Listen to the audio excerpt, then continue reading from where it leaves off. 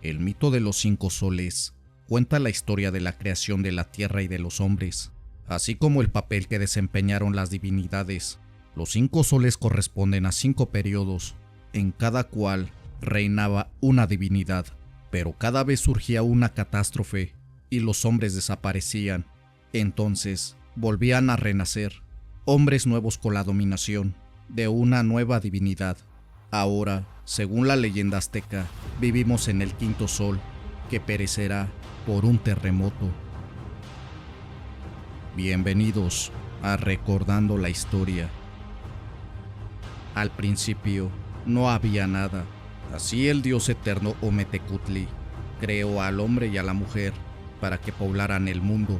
Tuvieron 4 hijos, estos en el orden descendente: Xipetotec, que nació rojo y sin piel; Tezcatlipoca, que nació negro con garras y colmillos de jaguar; Quetzalcoatl, que nació blanco, con cabello rubio y ojos azules, más conocido como la serpiente emplumada; Huitzilopochtli nació azul, con la mitad de su cuerpo descarnada.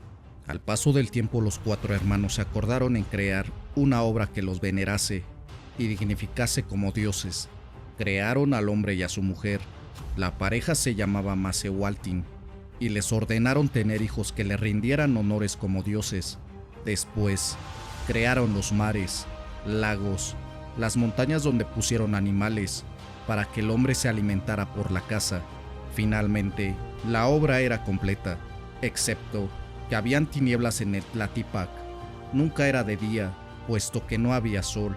Fue entonces que los dioses se reunieron alrededor de una fogata y determinaron crear el mundo. Ahí vivirían los hombres, quienes se encargarían de adorarlos y hacerles ofrendas para mantenerlos satisfechos. Este primer humano era muy grande, medía más de 7 metros, y sus movimientos eran lentos y pesados.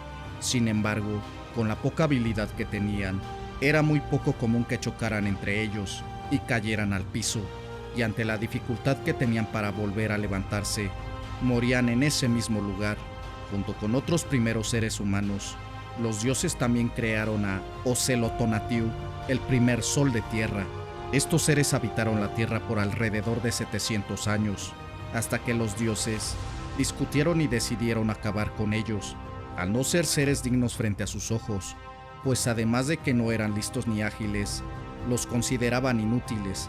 Para terminar con ellos, Quetzalcoatl destruyó el sol de tierra, y en el momento justo, cuando los pedazos de sol cayeron, provocaron un sinfín de terremotos. Se abrieron grietas y se formaron cientos de montañas.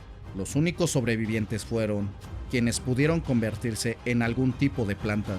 Ahora que todo se había destruido, los dioses volvieron a reunirse para decidir lo que harían.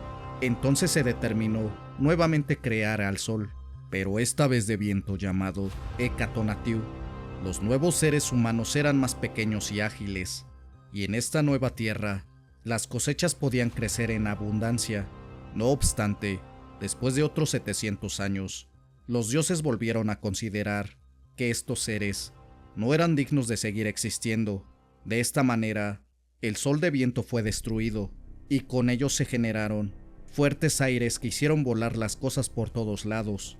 Los seres humanos tenían que caminar encorvados para evitar ser llevados por el viento, y quienes sobrevivieron fueron los que pudieron convertirse en monos. Una nueva reunión de los dioses tuvo lugar después de que se calmaron los aires. Esta vez decidieron que el nuevo sol sería de agua, al cual llamaron Atonatiuh. Con las nuevas lluvias regresaron la vida a la tierra. Las plantas crecieron nuevamente y comenzaron a abundar ríos, lagos y mares. Sin embargo, los dioses no podían llegar a un acuerdo y volvieron a pelear entre ellos. Cuando destruyeron al sol, los pedazos que cayeron generaron un gran diluvio con muchas tormentas, las cuales no pararon ni de día ni de noche. Todo se cubrió de agua y solo sobrevivieron los seres humanos, que se convirtieron en peces. Después de que los dioses se calmaron y su enojo pasó, volvieron a organizarse, esta vez para crear un nuevo sol hecho de lluvia llamado Qiaitonatiuh. Sin embargo, en algún momento volvieron a discutir, sin ponerse de acuerdo. pues algunos dioses seguían pensando que los seres humanos no eran dignos de vivir en la tierra. Entonces Quetzalcóatl le pidió a Xiuhtecutli, dios del fuego, que destruyera la tierra. Así surgieron enormes volcanes que arrojaron mucho fuego y lava, que quemó todo a su paso, y solamente sobrevivieron quienes pudieron convertirse en aves. Mucho tiempo después los dioses volvieron a intentar crear un nuevo ser humano, aunque desafortunadamente ya no tenían huesos para poder hacerlo.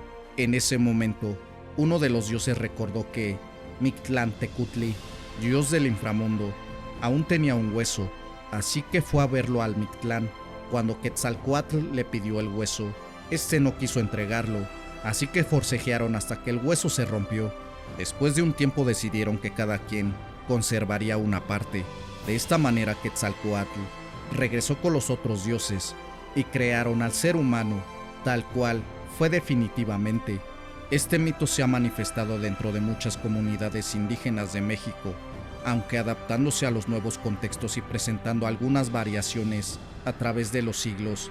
Sin embargo, esta es la base mediante la que muchas culturas han explicado el origen de diversas creencias, como la adoración de distintos dioses de piedra o barro, denominados los xántiles, y que son figuras arqueológicas de origen prehispánico, que han sido encontrados en estados como en Puebla y Oaxaca, y a los que se han considerado como deidades o como contenedores de ellas. Dentro de ciertos pueblos indígenas, se entiende todavía hoy que los xántiles son seres que provienen de tiempos pasados. Estos, de acuerdo a la variante regional, y al ser destruido el sol de su época, quedaron petrificados, convirtiéndose en figuras de barro o piedra. Para otros pueblos de tradición indígena, su narrativa explica que los habitantes de las épocas anteriores también pudieron sobrevivir refugiándose en cuevas, montañas, ríos y lagos, como por ejemplo en el estado de Veracruz, donde estos seres son conocidos como cheneques, y por este motivo, estos lugares son considerados sagrados.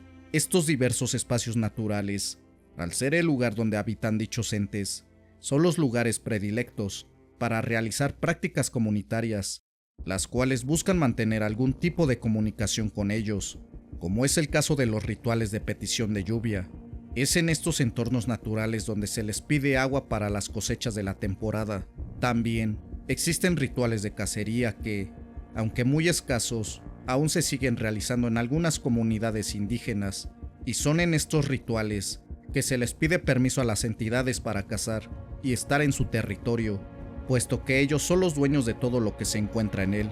Para otras comunidades, la presencia de fósiles como son los amonites, los trilobites o restos arqueológicos diversos también explica la presencia en épocas pasadas de seres distintos a los que conocemos.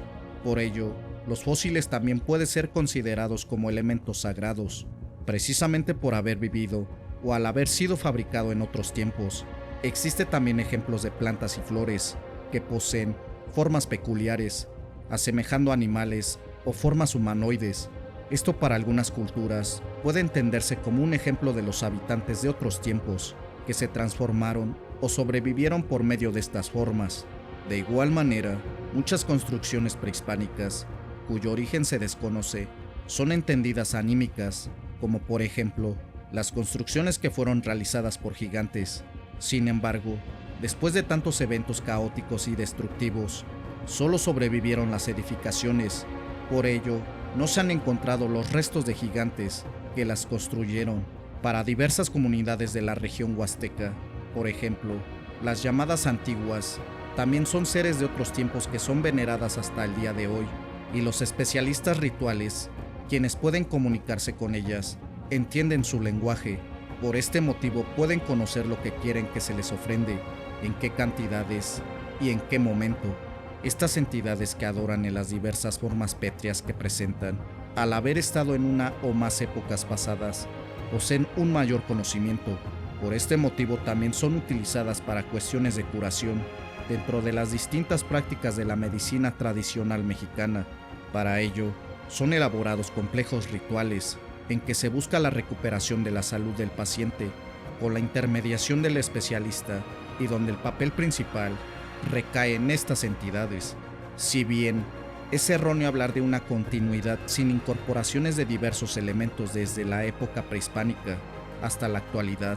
Los habitantes de los pueblos indígenas de México aún conservan cultos y devociones muy complejas sobre la naturaleza y hacia las distintas entidades que la habitan, todas ellas representadas a partir de una gran cantidad de ídolos de piedra o barro que refieren gran parte del pensamiento y de la cosmovisión que se tenía en la época prehispánica.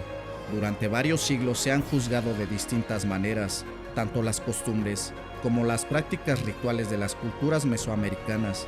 Sin embargo, con el análisis y la comprensión de estos conceptos, pueden llegar a entenderse este tipo de cultos ya mezclados con otro tipo de tradiciones religiosas. Espero que este relato haya sido de tu agrado. Como cada semana podrán escuchar y ver una nueva historia. No olvides en compartir el video y activar la campana de notificaciones para que no te pierdas de estas interesantes historias. También comenta qué te pareció el video y si no estás suscrito, te hago la cordial invitación a que lo hagas. Esto es Recordando la Historia. Hasta la próxima emisión. Buenas noches.